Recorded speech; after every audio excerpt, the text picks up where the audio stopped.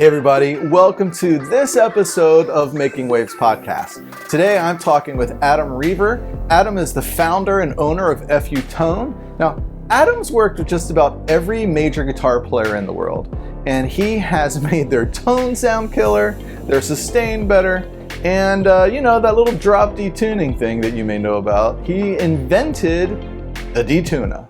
So today we talk about what it's like to be Eddie Van Halen's business partner, what it's like to start the business in the first place. I think Adam is just the quintessential American success story. He started the business with nothing, and more importantly, he is a super dude.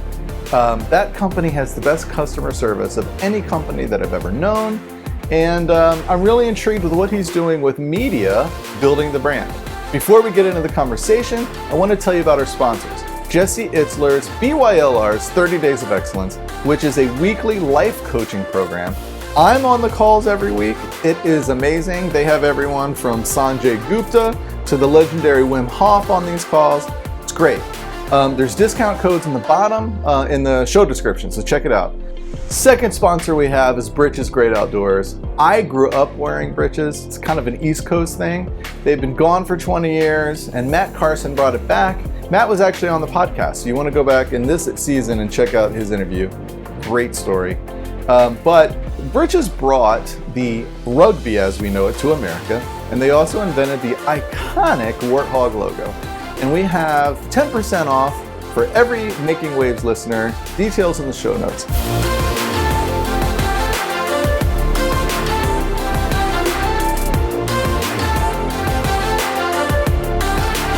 There you are.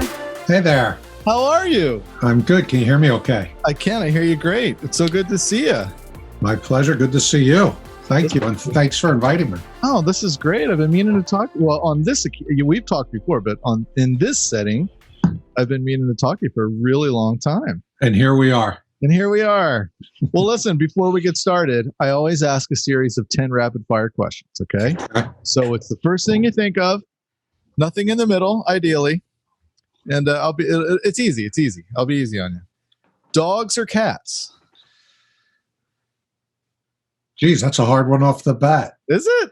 Yeah, because, oh, shit. Now I'm already breaking the rules on the dumbest, easiest question. Dogs or cats? It's like that should be easy. Like, I love dogs. I love playing with them, and I love my daughter's cats. Today, I'll give you dogs. All right, good answer. Star Wars or Star Trek? Star Wars. Rolling Stones or Beatles? Unfair question, but with a do or die, depends on the day. Depends on the day, because I go deep on both. Today, I'll give you Beatles. All right. Coke or Pepsi if you happen to drink soda?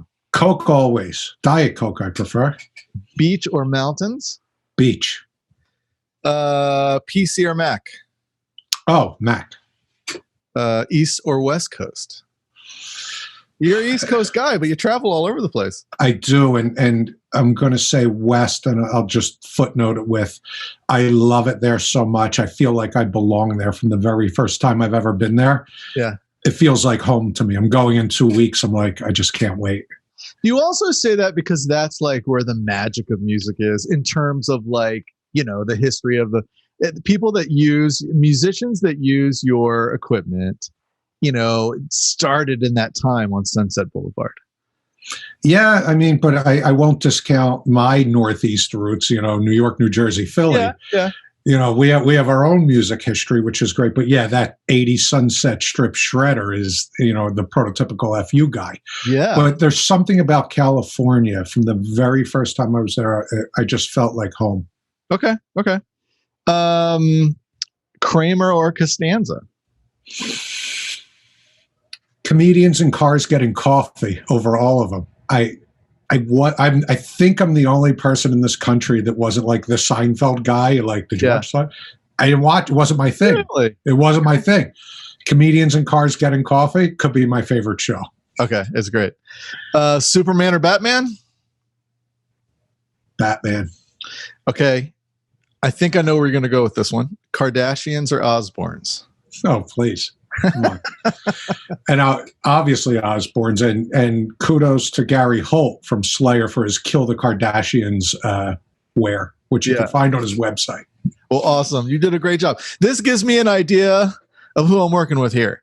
Got it. It's funny. Oh, that was my litmus test. That was your litmus test. I'm in trouble. Now I know where the yardstick comes from now. So I had Jeremy White on the podcast yesterday. He says hello. Jeremy White's killing it. Yeah, guy's killing it. And we had talked yesterday. Let me get this list here. Not one person in all 3 seasons of this podcast, not one person has ever said Star Trek. The majority of the people say the Stones. Only one person said Pepsi, and everything else is left. So I'm in the masses. I roll with the crew. I'm one of the guys. All right, so listen. This is how I talk to you about people. There's a handful of people in the guitar world that has shaped and innovated in terms of the manufacturing or the guitar. You have Les Paul. I throw in Eddie Van Halen, and you have obviously Leo Fender, and I include you in that list. No. You might not, but no. I think that No. I've been using your stuff for years. Thank you. And it's a game changer. So for that reason only, if we're talking tone, and everyone's chasing tone, I'm not going to let you be modest. I'm just leave it at that. You're good. I have a comment about that. Yes. I'll give you a comment. And hey, thank you. It was very nice. That's very nice. But what I did is a tonal thing and some other little things. Those guys you mentioned changed the game. They invented the game. Oh, Forget changed it. Those names that you mentioned, none of us would do what we do. The music wouldn't be what it is. The tools became what they became because of those level innovators. That is the Mount Rushmore of innovation. All I did was make something sound a little bit better, but what they did was they just invented a new sport. Yeah. So thank you, but you made a better soccer ball. build a better mousetrap a little bit, but I couldn't do that without those things. It wouldn't be. Just this industry wouldn't be what it is.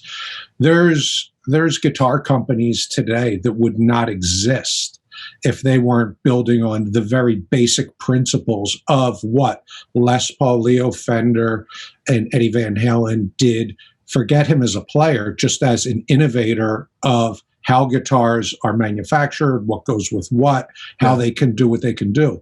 Take those tools away, we don't have the music that we have today. This is why I said what I said. When I go over the artist list of people that use your products, it's hard to find another guitar product that has this list. And thank you. It's impressive. So thank you. In that regard, just with hands on the product, I have to throw you up in there in that list. I'm just going to respectfully decline to be on that list. But I will take the compliment and tip my hat to the guys that did invent this sport. Yeah. And I met Leo Fender's widow a couple years ago, and I had a wonderful conversation with her, and it went something like what we were just talking. I was like, he's not here for me to give the thanks that I would give him, so I'm going to give it to you. So sit tight, and I'm going to just kiss ass for 5 minutes. And I did. As you should. I had the opportunity to, I was going to tell you this later, but so, I mean, I've been playing the guitar since I was seriously about 12. Okay. And I mean, I collected the guitar coffee table books and everything about guitars. And till this day, my best friend, one of my best friends who owns a business just like myself, media production agency, will shut down the store a couple times a quarter and go on guitar safaris. And we will spend, I mean, it's not unheard of for us to be in one store for 6 to 8 hours. And it's just, there's something about the instrument. There's something about what it does. There's something about the history of it. And it's I'm sure you get this all the time. Why do you have all those guitars? I'm sure they all sound the same, and they just don't understand. But for me, it's the history of it, because like touched on what you said, without those guys, we wouldn't have this. So when I look at just the structure of the guitar and how it was built and why, this equals that. And, it's amazing to me. But I had an opportunity to go up to New York before Les Paul died. It was the year before he died. Went up to the Iridium. And I didn't know if he was gonna. We heard that if he was in a good mood, he would sign stuff. So I had this 2005 Les Paul standard faded, beautiful guitar. I love it. But I took that up there. And it was just the coolest experience. And I don't even know what we talked about. We spent about 4 minutes together, and it was just the guy that invented what I'm handing him is signing it to me. And that's just something that, I don't know. There's just a history to the instrument, and I very much appreciate it. So that being said, how did you get involved in the industry? To touch on what you just said before I answer that, I've been fortunate enough to meet Les and hang with him a few times, and I had the same feeling, like it's Holy Grail. There's the guy, and he was the funniest, dirty joke telling, funny guy. And then, much like a Van Halen, you watch him play guitar, and it's like, that's impossible. And then you look at what he did for the art of the guitar, the construction of the guitar being what it is. It's mind-boggling. And much like you also, I look at guitars like art, like if it were a painting or a sculpture or something. There's something very even sexual about it, something beautiful about it. The lines of a guitar, the look of a guitar, the feel, the smell, the whole thing. It's like a car. Pick your passion because that's your art. So yeah, some guys will look at, like a 60s Corvette or an early Ferrari, whatever your passion is. It's not just a vintage car or a painting or this, it's art to your eye. And I look at guitars the same way. To me, it's truly art, from the shape, the dimensions, the look, but the overall construction. To me, it is art, period. And that's another reason why I have the guitars I have, because I love the look of things. And I'm going to go off a little further, if you don't mind. My favorite body shape, probably out of all my guitars, is an Explorer. I love Explorers. My office is 10 Explorers just lined up because I think it looks artistic. But when that came out in '58, when you had the Explorer and the Flying V and that Futura model that didn't go like the others, in '58, that was unheard of. It was a failure. It was like that Futurama type of thing they were going for. I look at that shape of guitar, I still stare at it and just go, whoever came up with this is the coolest thing ever. It's art. Well, let me ask you this real quick before we proceed.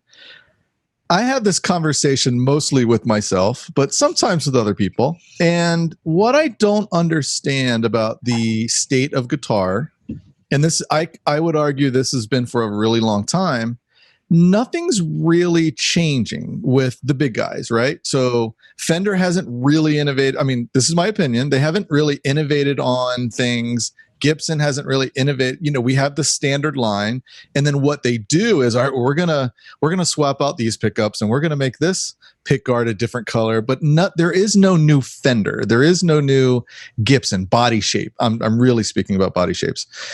Is that mostly out of fear, would you say? Is it, because you mentioned the Explorer and the Flying V, and they weren't successful right away, but they turned into these iconic instruments.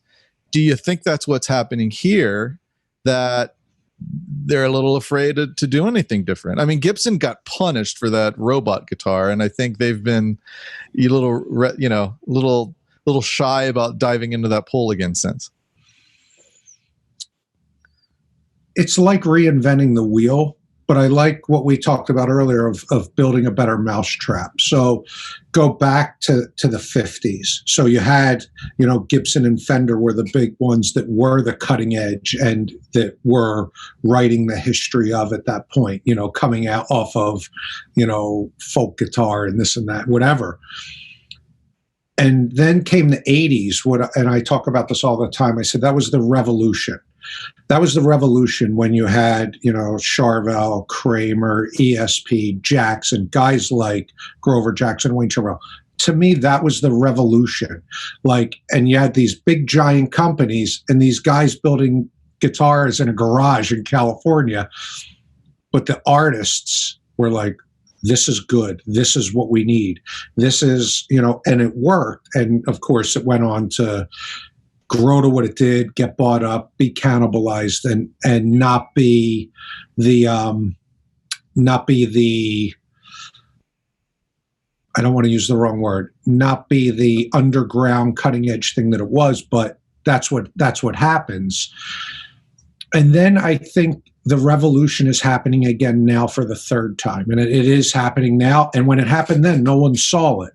Like these big companies laughed at a guy building, guitars in a garage, that 6 guys played. They thought it was a joke. It's happening again right now with guys trying to do the same thing of build a better mousetrap. There's so many boutique builders right now that are building insane guitars. There's guys winding crazy pickups, guys doing insane paint work, guys working on bridges and things like that, what I do. Just trying to build a better mousetrap. And as far as reinventing the body shapes, you see stuff come out all the time. And for me, not much grabs me. Everything stays within that realm. Strat, Les Paul, Tele, Explorer, Star Body, weird shaped Strat, weird shaped Les Paul, Juniors, that type of thing.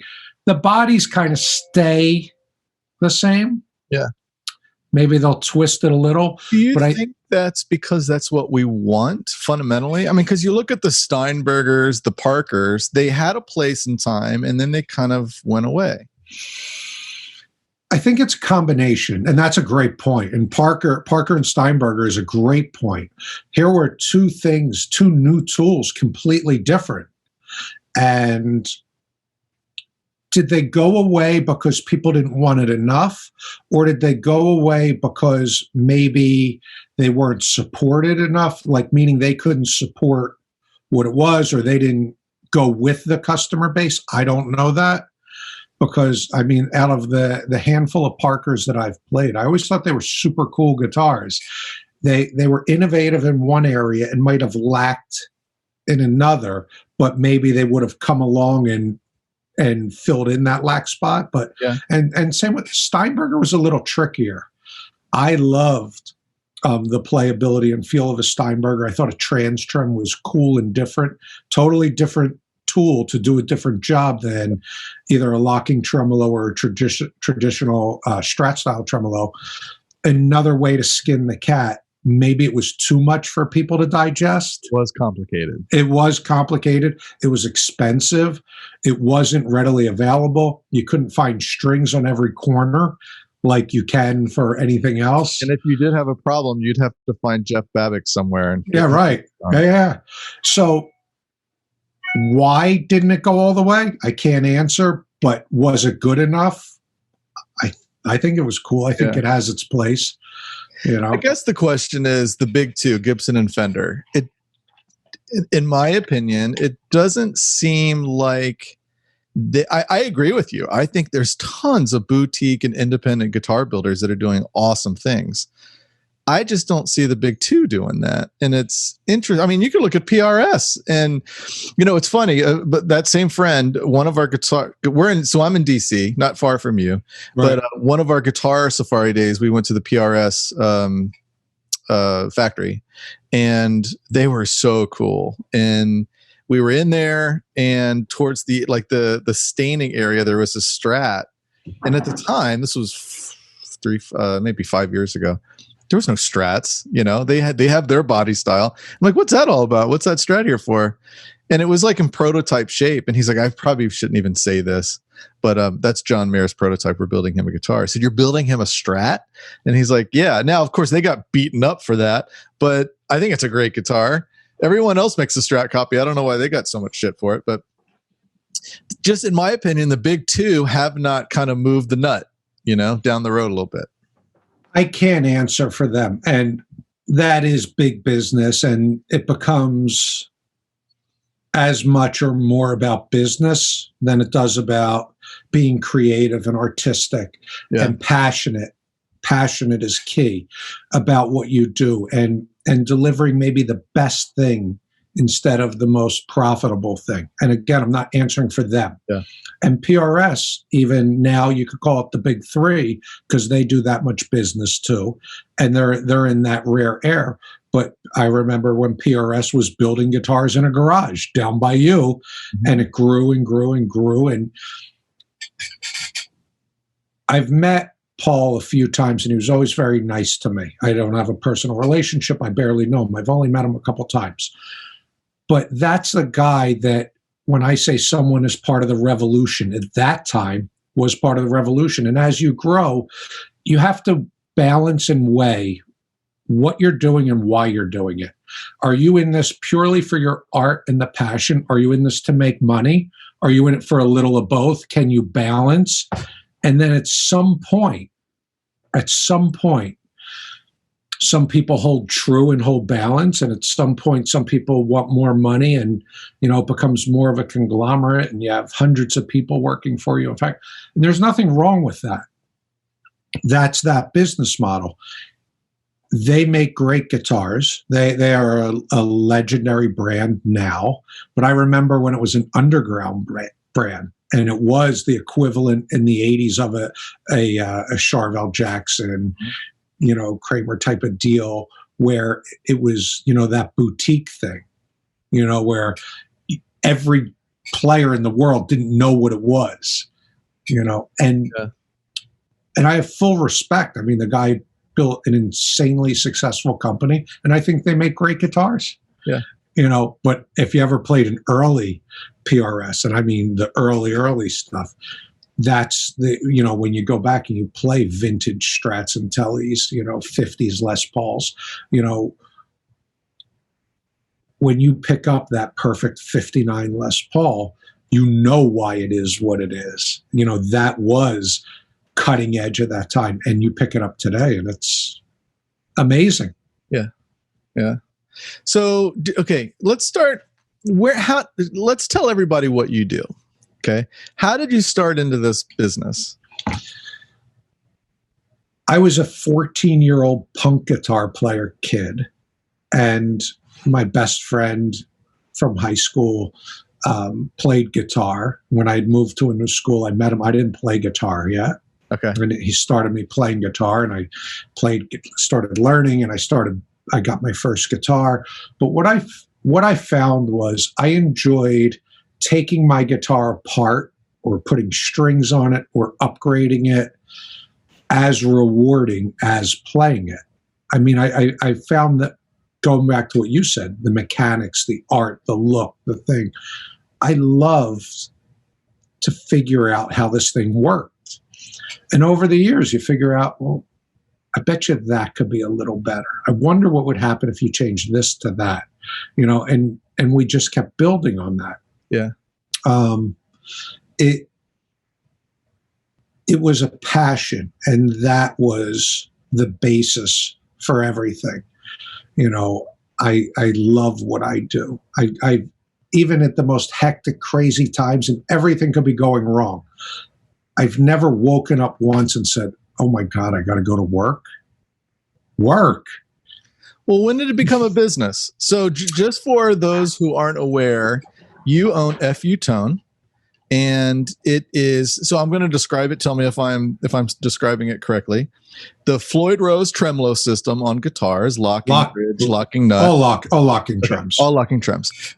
You provide upgrades to that improve playability, but also tonal values. Correct. Okay. Before that was the D-Tuna, EVH D-Tuna. Okay. So D-Tuna was my entry into the industry and the business. So, but did you have a guitar upgrade business prior to D-Tuna? No, D-Tuna was my entry. How did that happen? My partner in D-Tuna had half of an idea. Okay. And then I worked on it with him and made it what it is now and made it work. And obviously we partnered with Van Halen and D-Tuna became the thing. So D-Tuna still 30 years later doing great and it's awesome. But D-Tuna was my footing into the industry. So as I worked with Locking Trems, all brands, and based on my history growing up as just a punk kid guitar player, it gave me the luxury to try different things. And I knew enough people where I said, hey man, let me try to change this block on your guitar. Let me change this or that. And luckily, because I had already had a foot in the business and this worked, then I just kept building on that. So D-Tuna foot in the industry, thank God.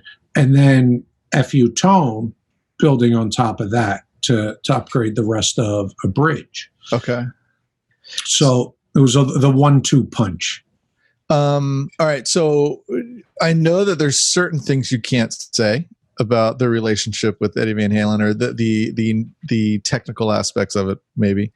How are you able to tell me how that original meeting happened or that introduction, his introduction to the product?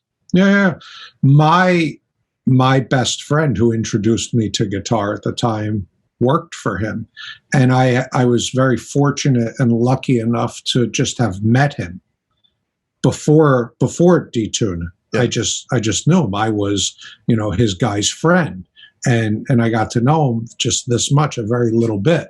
Was your friend one of like the techs or? He worked and works still in that field. Yeah. And I was just very fortunate and lucky to have even met him. Forget guitar. It had nothing to do with guitar at all. And I was like, holy shit, there he is. And it turns out he was just the nicest, humble, regular guy. Hey, Adam. Hey, man. And it became like that kind of thing. And that was, the foot in the door. Okay. When did you show it to him? Early 90s Music Man era. Okay. Was that can you describe that initial meeting? Terrifying. Yeah. Anytime, because it was all prototype stuff then. Yeah. So when I would try different prototypes, like I'd hit a home run on this one, I'd fail on that one. It's, you're scared to death. But so you knew him, on some type of level. Very minor. Yeah. Yeah. But was it one of those? See, I always hear like some of the things that he used or different, whatever it is, it just came out of a conversation of, hey, Eddie, I have something for you. Would you mind looking at it? Kind of deal. Was it similar to that? I have this idea. Do you want to try it? Yeah. He sniffed around it very cautiously and, it's not, but the initial version didn't work properly. It was hit and miss. Yeah. And, when I came up with the last version of it, which is basically what you still see today, that's what made it click. And that worked. So you have some sort of, you're in business with Eddie Van Halen, whatever that is. As the 14-year-old boy that you described who just got into guitar, what did that mean to you? Like, this is Eddie Van Halen. Here's a good way to describe it. Even after, 28, 29, whatever, even the last time I saw him, up to the first time I saw him, even though it's totally cool and you're like, hey man, what's up, whatever, play it really cool. On the inside, I'm still the 14-year-old kid pinching myself going, I don't fucking believe this. Are you kidding me? And like, I've only been with him 1,000 times and I still don't believe it. Yeah. But that's the inside. And and this is the last thing I'll say about him. Everybody will tell you what a great guitar player he was, what a great innovator he was. I will tell you what a great guy he was. He made me feel like the most important guy in the room. He asked me how my daughters were by name. He would roll out the red carpet and treat me so great always. And I'm still pinching myself inside as it's happening. He was that guy. Yeah. That's who he was. I'm telling you. So I met him a handful of times. I started my career actually as a photographer. I snuck in. It's a long story, but I just wanted to meet him. That's all I wanted to do. And in '95, I somehow found my way backstage at a Balance tour here in DC, and I had Warner Brothers credentials. But how I got there is a funny story. But nicest guy in the world, and I had my girlfriend there at the time. And just in the few times after that, just you could tell this is a really sweet guy. And I could go on and on and on. And I did. I wrote papers about him in college about how he changed the world of guitar manufacturing. There was no, I mean, I'm sure you could buy a replacement neck here or there, but just I don't think people realize the magnitude, take the music playing away, of the magnitude of the impact that he had on every single guitar that you see behind you right there. You see behind me. And I know I can speak for myself. I'm still trying to process him not being here. I still soul crushed me. And I don't know if it's something I'll ever get over, quite honestly, but it's just, I was always, I always worked with him from afar, and was someone that's great to hear that for someone that worked with him so closely. Did you guys work on any other that you can talk about? Any other? Okay. How did you, so to go back, your friend had the idea for the D-Tuna. Did you have any type of engineering background? I wouldn't even call it an engineering background. I mean, at best, I had 4 years of metal shop in high school that I excelled at. The only class I got straight A's in high school. But it was very easy for me to see, well, this angle's wrong, this adjustment's wrong, that doesn't do what it's supposed to do. It was just a very basic problem, for me to see. So we mashed our two thoughts together and again made it what you see today. And it worked. And it worked obviously pretty well, but that was it. So no, it's not like I worked at a machine shop or I was an engineer in college. So whether it was that meeting with Eddie or it sounds to me that that's where that product really took off. That is the only reason it took off, because the truth is, and I could have went a couple other directions too. He was it, and I'll footnote this, and then we'll end this piece of it. He had input on everything I had to say too. I was like, and we would brainstorm and go, change this, change that. He would say, how about this? How about that? It was him equal. So, but when you had that, when that took off and he was a part of it, did you have another job at the time? Sure. Okay. Of course. When did this become a business? Like, when did you leave that other job? And what was that other job? When I started this, I was a kid. I was young. My first business was I owned a convenience store gas station when I was 20. How'd that happen? Oh, that's a whole separate interview. And would it be safe to say that you have, I mean, were you wired to think, I don't want to work for anyone else, I'm going to make my own way as a young age? You want me to answer that one? That I'll answer. My first real job, if you want to say the word real, I was probably like 12. There was a guy in my neighborhood who would hire local kids. So I'm in Philadelphia, soft pretzel capital of the world.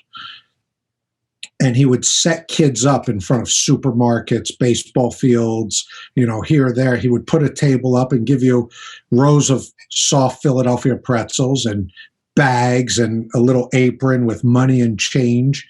And I sold pretzels at, 12 years old as a kid in Philadelphia. And I would stand out in front of a supermarket all day and I would sell a couple hundred pretzels. And the guy would come back and he would pay me like $15 or $20 he would take the money, hand me 15 or 20 bucks and send me home. And to a kid in the 70s, $15, get ready. I'm living.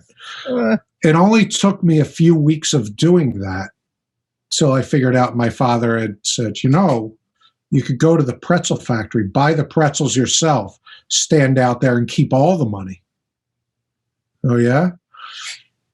And then I went and I bought 200 pretzels, a couple hundred pretzels, and started standing out 12 years old, standing out front. And then guy's like, what are you doing here? I'm like, selling my pretzels. And then I'd go home with like $100 instead of $15. And I was like, yeah, I think doing it for yourself is the way to do it. But you could also go buy your pretzels, have a shitty day, and lose all your money. So risk reward. Take all the risk, gain all the reward. So that's what the podcast is really. Yeah, I'm sorry. Go ahead. No, go on. Well, that's what this podcast is all about, and that's why I wanted to start it. It's about how people made waves in their lives and their careers. And when I think of you, obviously you think of the products, but I always looked at you and thought, how did that start? And that in a guitar world that there's so many options, right? And by the time the early 1990s came around, I mean, and I actually, and again, I credit Eddie with this. Back in 70, let's go 76, 77, 78, there was no Warmoth, there was no parts aftermarket kind of thing. He created that. So with that, everybody had parts. There was a part for everything. You want new tuners, you want the new post. I mean, people made everything.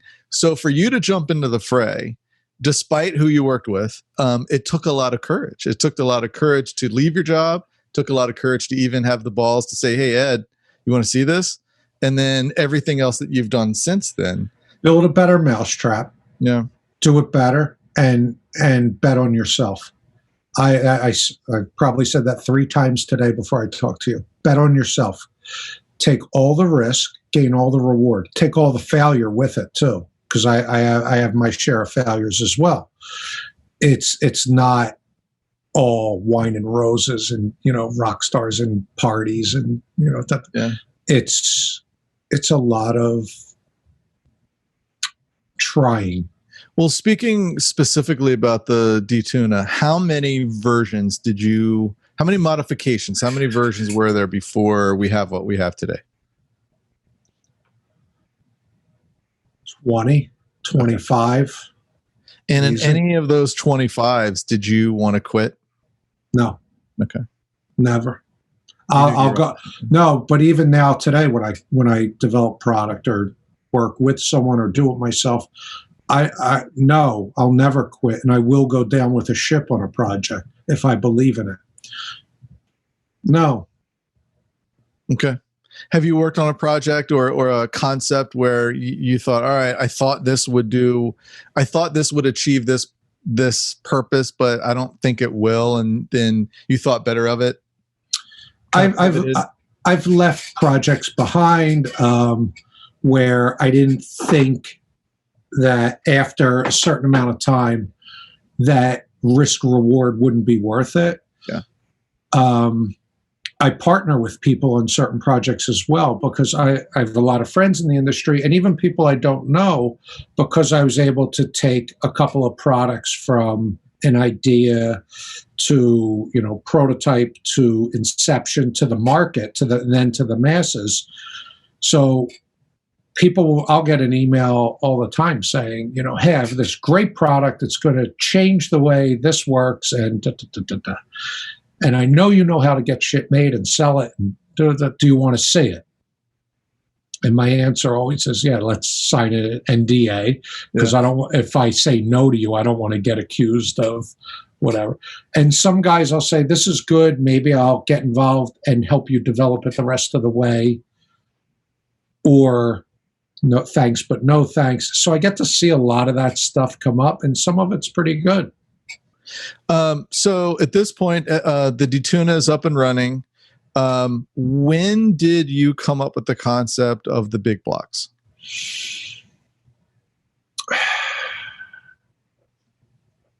I can't lay a year on it, but was it soon after, or was that something that you were kicking around? It kicked for a while. Then I got some prototypes made, and I played with it, and I thought it was a good idea. And even at that point, because I was small, where I talked to a couple of companies like, hey, maybe we could do this. And they're like, we don't need you. All right. And I literally started the company with one product. So I started it by myself, and I got a couple of artists on board that really helped me propel, and I just kept it was very grassroots, and it still is. Yeah. I don't look for, the biggest net or this or that. I want to make the best product at a fair price that when someone buys it, tries it, uses it, says, I'm happy. I got my money's worth. My guitar sounds better. The guy helped me. Everything was good. That's what I'm looking for more than anything. Well, what was the genesis of that idea? Did you think by making a brass block, would it, or bigger? Okay. Well, bigger and better materials. I mean, was that just a hypothesis, though? Did you thought, well, if this is bigger, that must make it sound with more sustain, and it must vibrate more. And the biggest thing, if you want to talk about the blocks, and it is my cornerstone item, people think you're hearing the block in your guitar. You're not hearing the block in your guitar. You're hearing your guitar. All I did was take the blanket off of it. I took the vibration from the string, amplified it, pushed it back out into the body, and pushed everything. So instead of me talking to you like this, now I'm talking to you like this. Yeah. That's what that product does. Okay. A, bigger, B, better material, more vibration. You're taking the blanket off of what you already paid for. Did you find it was challenging to market that product because it's a product that's underneath the guitar, behind the guitar? No. Okay. You want to know why? Because you as a guitar player, me as a guitar player, we're nerds. Yeah. We want to know why this pickup was better than that. This pot's better than that. If you use this wire instead of that wire, it sounds different. And so did you rely on word of mouth then? Yeah, I was small. Dude, I'm telling you, one product. Yeah. I started with one stupid product, and I wasn't even sure this was going to work. Yeah. All right, so my last question is about that.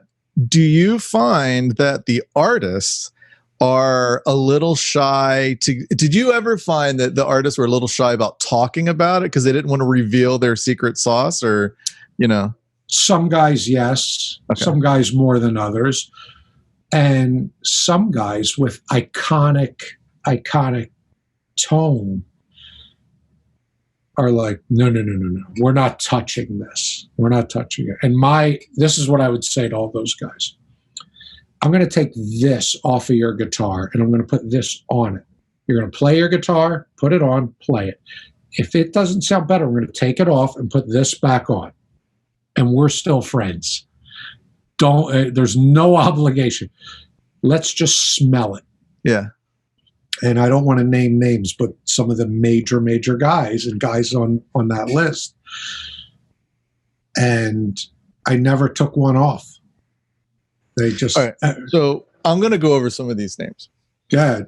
You have, of course, Eddie Van Halen, Nuno Bettencourt, Phill Collen of Def Leppard, Slash, Snake Sabo, Mick Mars, Nancy Wilson. I mean, it's not only, the music genres are so wide, let alone the names. It's just pretty remarkable. I have country guys, the guy in Rascal Flatts. I have death metal guys. It's just, it doesn't matter what Nancy Wilson plays my bridge pins on acoustic guitar. All I do is make it vibrate more and you hear more of the guitar. That's it. That's the big secret. But I use my materials, my design. It sounds the way it sounds. I don't care what kind of music you play. I don't care what kind of guitar you play. I don't care all I want to do is take the blanket off of your guitar and just make it sound better. Yeah. And so I don't know anything about this. Do you have to go, when you're coming up with this, do you have to go to Floyd Rose and ask permission of any kind, or? Okay. I don't know how that works. What I love is your PMS. Thank you. Because I hard mount all my pickups. Because I don't know. And the reason why I asked what your thought was with the blocks, because a lot of what I do to my guitars is just, well, maybe I think this makes sense. If I did this and this, that makes sense. And then you do it. And then sometimes you notice it and sometimes you don't. With your products, for instance, I put a big block on my Wolfgang and it just makes it, I always just tell friends, this is like you put balls on the guitar. It just sounds better. It's got, in my opinion, has more sustain. It sounds like it's a bigger instrument. With the PMS, it just allows that same idea with my pickups when I have a Les Paul and I just want to mount it directly to the body. I love it. Thank you. And PMS was a great example of another product that I partnered with and helped finish development of. So a very good friend of mine, Mike Learn, the airbrush painter, who's probably the best airbrush guy in the business, had the idea of it, but it wasn't for the masses. And we collaborated a little bit and made it work for the masses. And I'll rewind this a little bit. Who was the first guy to direct mount a pickup to the body? Yeah. EVH, just because. And maybe out of even necessity, not even realizing that was a tonal improvement. So you take that idea of a pickup floating in a ring, not touching anything, just floating. It's like a microphone moving around in your mouth. Then direct mounting it to the body. It's almost like putting your ear on the wood of the body. And now just put a piece of brass in there. Yeah. It's going to amplify that vibration just even a little bit more. So that's the whole concept of that. And I got to tell you, I don't even think we would even know what direct mounted pickups were if it wasn't for him. And now you see companies just direct mounting pickups to the body, I mean, if you think about it, oh man, it's just, as someone that studies the history of guitar, he just changed everything, the playing of the music, the style of the music, but just the Floyd Rose in general. I know that he had some kind of relationship with Floyd where he was a sounding board to, real life. I don't know if that's what I read. Not my scope. Okay. But, he had a lot to do with that. And at the time, Kramer had the exclusivity to that Floyd Rose. So it was just, I look at it as we all have Floyd Roses because of him. When you mentioned put your head on the guitar, I don't understand why people don't buy into the direct mount theory, because there are times where I'll have this is since I was a little kid, if I didn't have an amplifier near me, but I had my electric guitar in my hands, I would just put my ear up to the horn, the top horn, and it was like having an amplifier in my hands. Yeah. And you do that with anything. It's this basic sound, theory. But anyway, I just want to say I appreciate everything you've done. Thank you. You had mentioned failures. Do you have a favorite? It sounds like a weird question, but do you have a favorite failure that led to a success, led to a breakthrough? That's a handcuff question. Let me think for a few seconds. Yeah.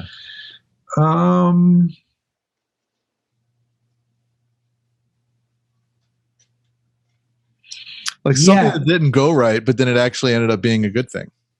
maybe not to go to the good thing, but I'm thinking of a couple of failures in my head that I don't want to say because I may revisit them. Okay. And then if I say it, then all of a sudden someone's like, yeah, we better get on that. Yeah. But I 2 or 3 right off the top of my head, I'm going, maybe we should talk about that again and try and figure it out and see if we could get the answer to that. Yeah.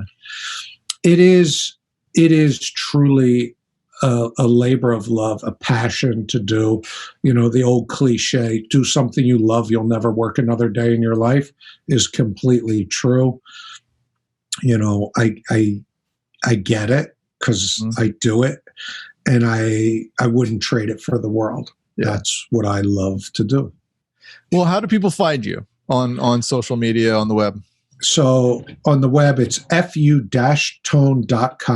And if you just go there, you could link to all the socials or search. Just Google FU-Tone, FU-Tone, whatever it is. And we've talked about the D-Tuna, the blocks, the PMS. Are there, what else do you have on that site?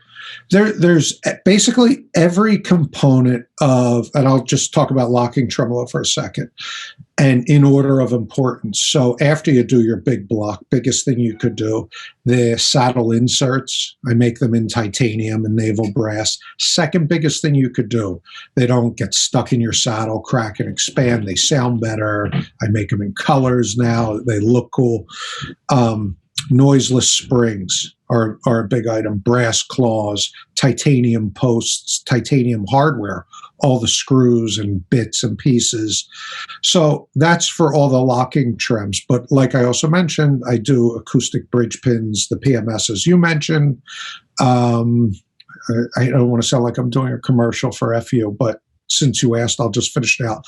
I make blocks for Stratocasters. We have upgrade parts for lots of different guitars.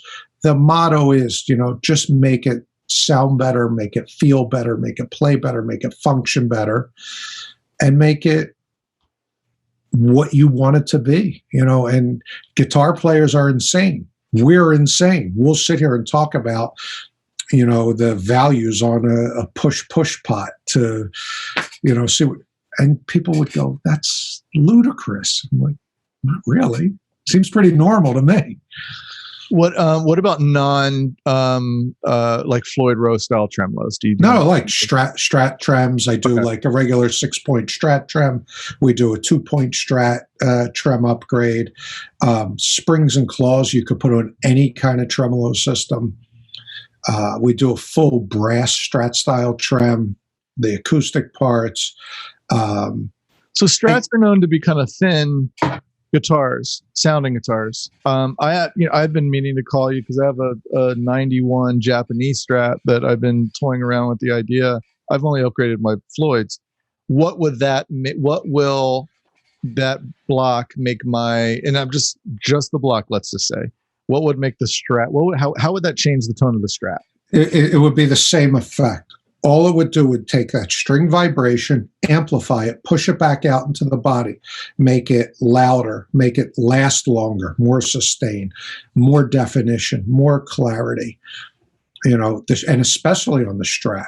The Strat, notoriously, some of the blocks I pull out of Strats, it looks like they're made out of melted down tin cans.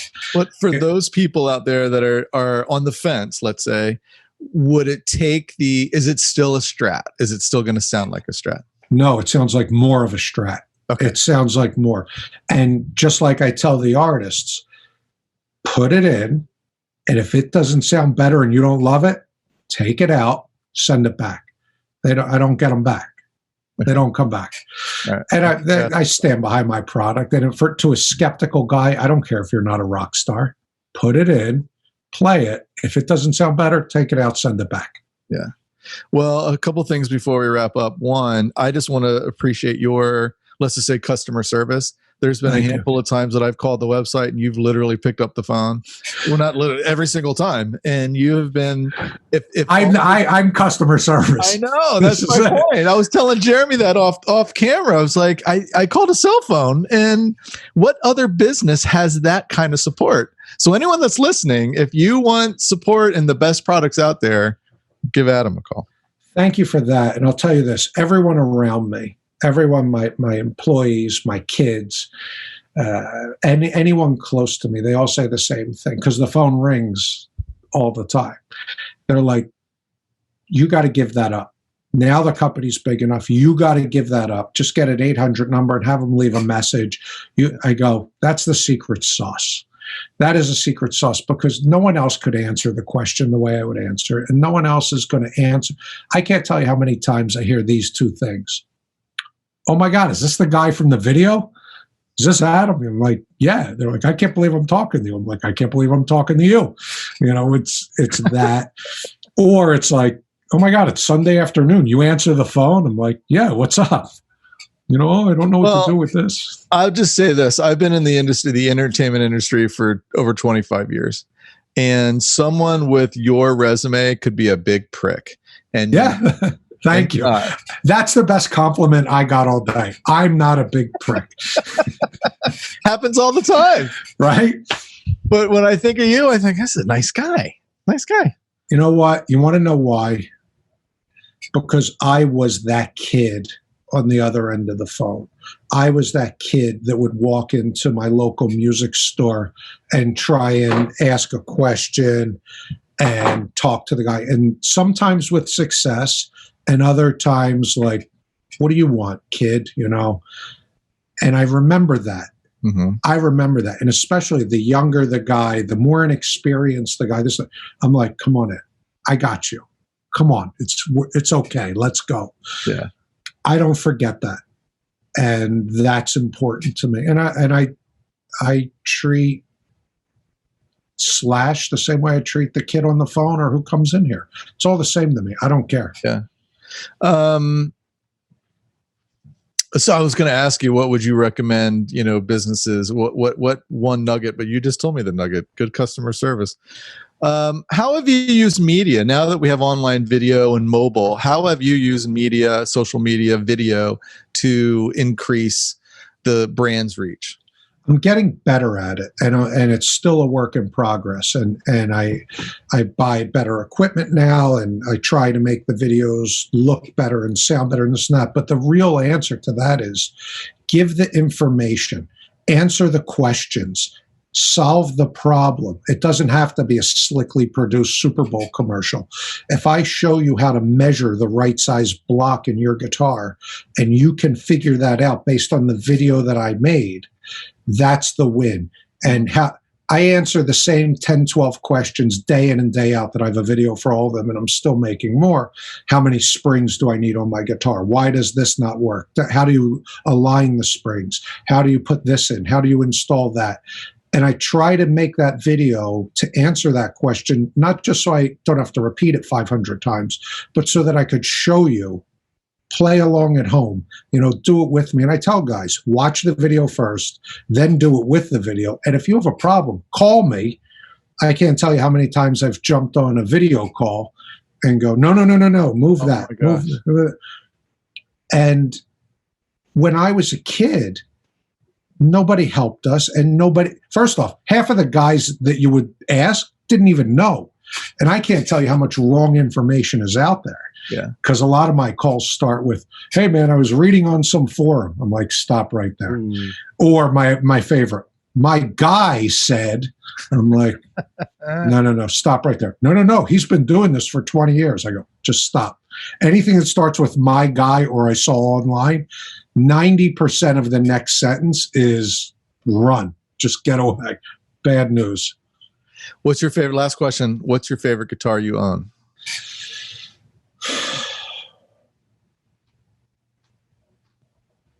It's an unfair question, but I'll give you an answer because I change all the time. But I have one guitar. I have my purple EVH Music Man that was my main guitar. Like when I was younger, I played in bands, or it's my go-to. I used it as a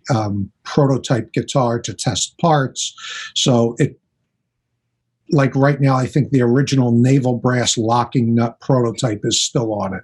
An early version of the FU-2 tremolo is on it. I would use that guitar as a testing bed because I was so intimate with the guitar. I would know I knew what my bass line was. Not to mention, it's probably the best playing and sounding guitar that I own. I'm very fortunate that over the years I've collected enough guitars where I can enjoy different things, but my purple Music Man is my go-to guitar. They're sweet. Well, I have a red one, and I actually need to bring that up to you. Come on, to do a lot of different things to it.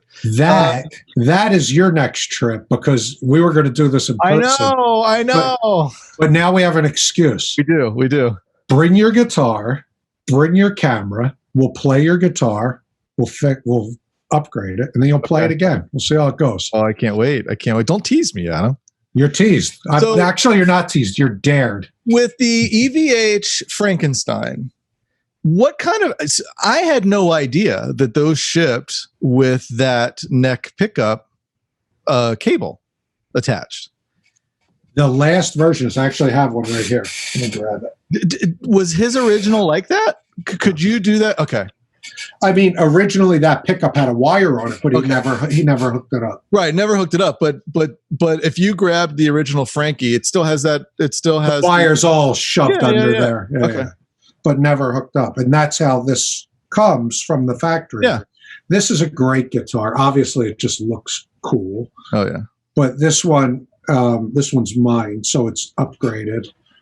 And you'll see the bigger block, the stopper, nice the springs there, the brass claw on the front, the titanium parts and inserts. But as you mentioned, we hooked up this pickup, and I have a push-push pot instead of a push-pull. Pop it up. I have them both on. Pop it down. Just this. So nice and easy on the fly. Push-push. You know, it's funny, when I saw your original video where you showed that, I initially thought, oh, is that sacrilege?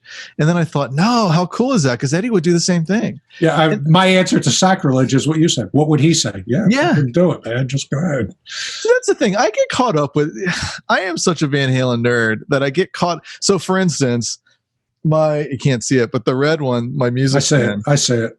I mean, it's so old. It's what, 90, I think that one's a 93. The cream tone knob just broke, and I haven't gotten another one. And I put I forget what they call them, is those knobs that are on the Wolfgangs, and it just doesn't feel right. But then I thought, he wouldn't care.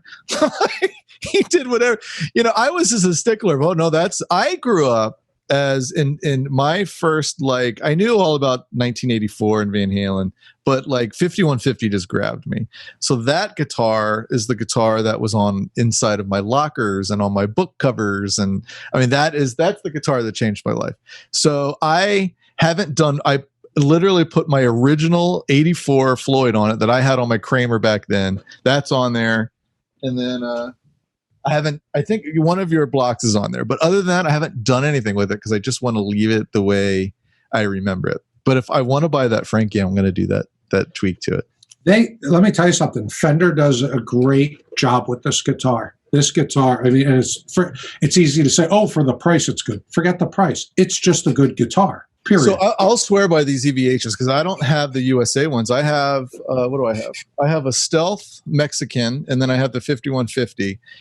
I've never seen guitar like paint done that way. I mean, they do an amazing job down there. So it's not even, I mean, it's still $1,000 guitar. That one is, I don't know, 13, 14, but they do an amazing job. I have a purple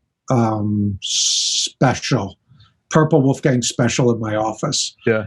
That is stellar. Just an amazing, I don't care how much it costs. It's an amazing guitar. You helped me with this one inadvertently.